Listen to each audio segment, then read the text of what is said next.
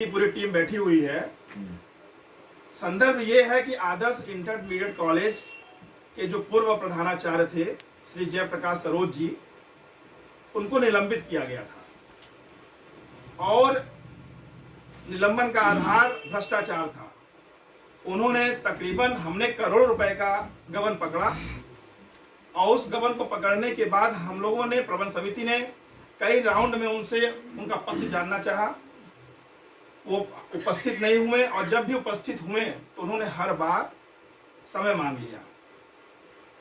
थक हार करके हम लोगों ने, प्रबंध समिति ने अपनी एक जांच कमेटी बनाई 5 सदस्यीय, जिसमें विद्यालय के प्रबंधन समिति के लोग थे और 2 सदस्य विद्यालय के अध्यापक भी थे। उन 5 सदस्यों ने जांच उपरांत पाया कि नहीं, गबन हुआ है, जो आरोप है वो सत्य है। हम लोगों ने उन्हें 2023 फरवरी में उन्हें निलंबित किया, अप्रैल 2023 में। उसका हम दे देंगे आधार आपको, वो फोटो उसमें है। अब निलंबित किया। निलंबित होने के बाद वो हाई कोर्ट गए।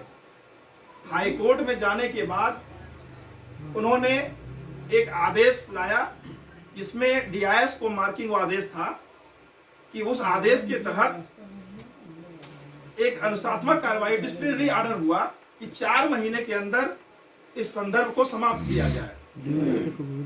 डीआईएस साहब भी उसकी जांच किए और उन्होंने भी 88 लाख समथिंग हजार रुपए का आरोप उनपे, 83 लाख समथिंग हजार रुपए का आरोप उनपे पाया। उन्होंने हमारी रिपोर्ट को ही आधार माना और उन्होंने अपनी जांच करा के उसको ही सत्य मान लिया। सत्य मानने के बाद भी उन्होंने कहा कि प्रबंध समिति अपनी अग्रिम कार्रवाई करे।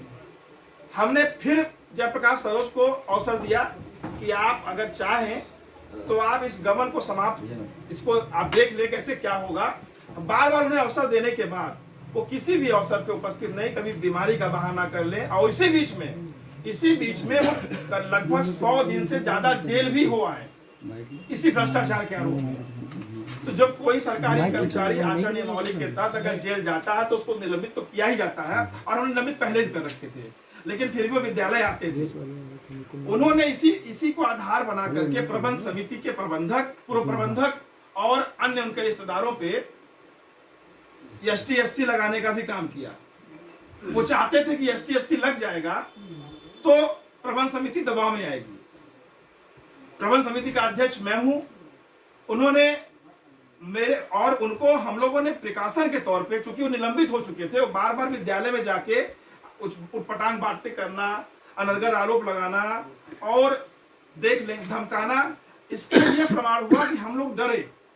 जब डरे तो प्रबंध समिति ने इस डीआईएस से बात किया तो डीआईएस साहब ने कहा कि आप इसका अपने शिविर कार्यालय, मैं प्रबंध समिति का अध्यक्ष हूं तो विद्यालय ना जाए, विद्यालय जाने के प्रबंधक होंगे जो जिनको हमने चार्ज दिया वो होंगे, तो व्यवहारिक रूप से वो असहज होंगे। तो उन्हें यहाँ हमारे इस कैंप कार्यालय, जहां मैं आज पत्रवार्ता कर रहा हूं, यहाँ पे उनको अटैच किया गया। लेकिन दुर्भाग्य रहा मेरा या उनका कि उन्होंने एक दिन भी यहाँ पे अपना योगदान नहीं दिया, स्वयं चार्ज लेने भी नहीं आए। मैं समय समय पे पत्राचार के माध्यम से डीआईएस को अवगत कराता रहा।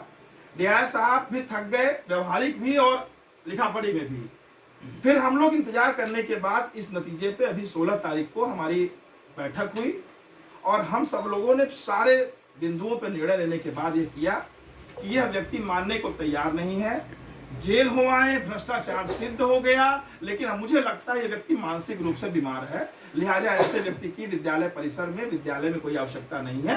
हम लोगों ने इन्हें संपूर्ण और अंतिम रूप से 16 तारीख को बर्खास्त कर दिया। इसी 16 तारीख, यस, आज 18 परसों 16 बर्खास्त किया। बर्खास्त की संपूर्ण कार्रवाई विधिवत है, जिसकी मैं पत्रावली आप लोग को दे रहा हूँ, इसको विधिवत पढ़ेंगे। इसमें कोर्ट भी है, हमारा भी है, सारे जब जो बिंदुवार सब है। बर्खास्त एक बड़ी चीज है। सरकारी कर्मचारी का बर्खास्त करने का मतलब कि उसका सेवा समाप्ति। आज आप लोग के माध्यम से मैं 2 बातें और कहना चाहता हूँ। एक ये कि बर्खास्तगी की जानकारी आपके माध्यम से संपूर्ण जनपद को हो जाए और विद्यालय में जो हमारे छात्र पढ़ रहे हैं उनके अभिभावकों को भी हो जाए। दूसरा, हमें एक डर है, उस डर को भी मैं आपको अवगत करा दूं कि जब व्यक्ति हमसे या कोर्ट से जब निराश हो गया तो मुझे लगता है कि वो कोई अप्रिय घटना भी कर सकता है। हमें ऐसा आपका आरोप है ये। मेरा आरोप है कि जब वो ST 80 लगा सकते हैं तो मुझे ऐसा लगता है कि कहीं कोई आत्मदाह का प्रयास कर ले, कहीं कोई ऊंच नीच हरकत कर ले, तो मैं आपके माध्यम से जिला प्रशासन और प्रदेश सरकार को भी अवगत कराना चाहता हूं, बताओ प्रबंध समिति के अध्यक्ष के तौर पे कि यह व्यक्ति विक्षिप्त है, दिमागी तौर पे दिवालिया है, ये हमारे विद्यालय के आसपास कहीं ना दिखे। चूंकि मैंने बर्खास्त कर दिया है, हमने कल के डेट में ही हमने रजिस्ट्री भी कर दी है, और मैं कल सोमवार होगा, मैं सोमवार को DI साहब से व्यक्तिगत तौर पे मिल करके, चूंकि सैटरडे और संडे पुलिस भर्ती परीक्षा हो रही है, मैं मिल करके अवगत भी मैं करा दूंगा, दूरभाष भी करा दिया है। हमें डर है कि जिस तरीके से उन्होंने ST 80 मुझ पे लगाया, या हमारी पूरी प्रबंध, एक व्यक्ति को नहीं लगाया, पूरी की पूरी प्रबंध कमेटी में लगाया है।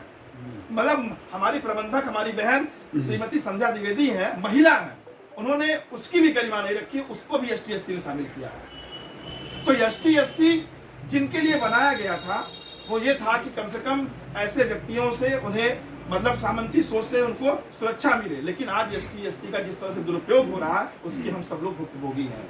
आपसे न्याय चाहते हैं, जिला प्रशासन से न्याय चाहते हैं कि आपके माध्यम से ये चीजें कम से कम जनपद वासियों को जाए। हाँ, अगर वही कहीं अगर उनके द्वारा कोई अनुचित कार्रवाई की जाती है तो इसकी जिम्मेदारी प्रबंध समिति की नहीं होगी, स्वयं वो उनकी होगी या जिला प्रशासन की होगी, ये उनकी जिम्मेदारी है। प्रबंध समिति में कितने लोगों को मुकदमा कराया? प्रबंध समिति में इन्होंने 6 लोगों को कराया है, जिसमें पूर्व प्रबंधक श्री अखिलेश चंद दुबे हैं, वर्तमान प्रबंधक श्रीमती संध्या द्विवेदी है, अंकित है ना भैया? हाँ इसमें तो अंकित है। हाँ, सब अंकित है, सब और समझ लीजिए हम लोग, अच्छा आए दिन चूंकि मैं प्रबंध समिति का अध्यक्ष हूँ, जांच आख्या समिति का भी मैं भी अध्यक्ष